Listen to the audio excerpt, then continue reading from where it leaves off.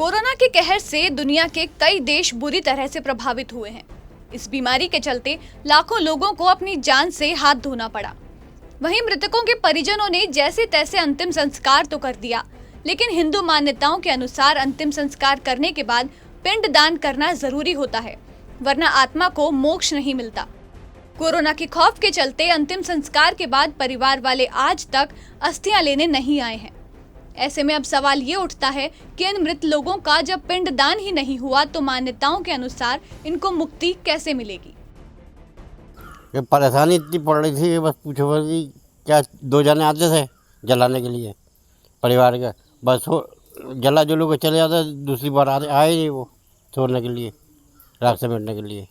कितने लोगों की अस्थियां लगभग? कम से कम 300 लोगों की अस्थियां पड़ी हैं। कोविड के चलते अपनी जान गंवाने वाले ऐसे 350 से ज्यादा लोगों की अस्थियां सीहोर के मुक्तिधाम में बिखरी पड़ी हैं। कुछ लोगों ने अपने परिजनों की अस्थियां इकट्ठी तो कर ली, लेकिन उसके बाद उन अस्थियों को मुक्तिधाम में लाकर यहां मौजूद पेड़ पर लटका दिया।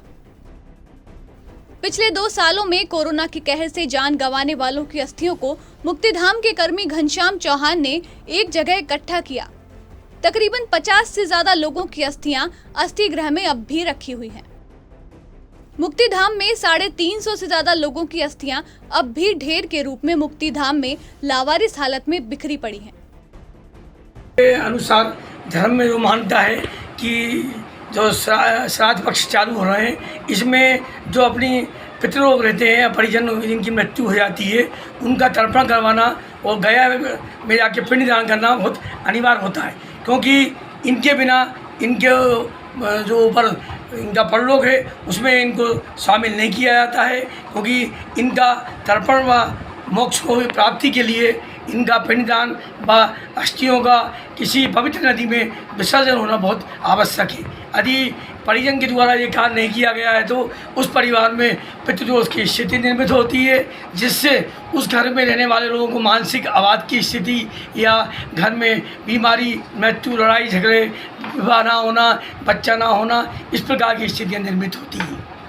तो आपका क्या संदेश है? इसके लिए सामाजिक संस्थाओं को आगे आना चाहिए, क्योंकि जो अज्ञात व्यक्ति थे और कोरोना काल में जो मृत्यु को प्राप्त हुए, उनकी अस्थियां यहाँ पे असुरक्षित तरीके से पड़ी हुई हैं। इससे उनकी आत्माएं भटक रही हैं और मोक्ष प्राप्त नहीं कर पाएंगी।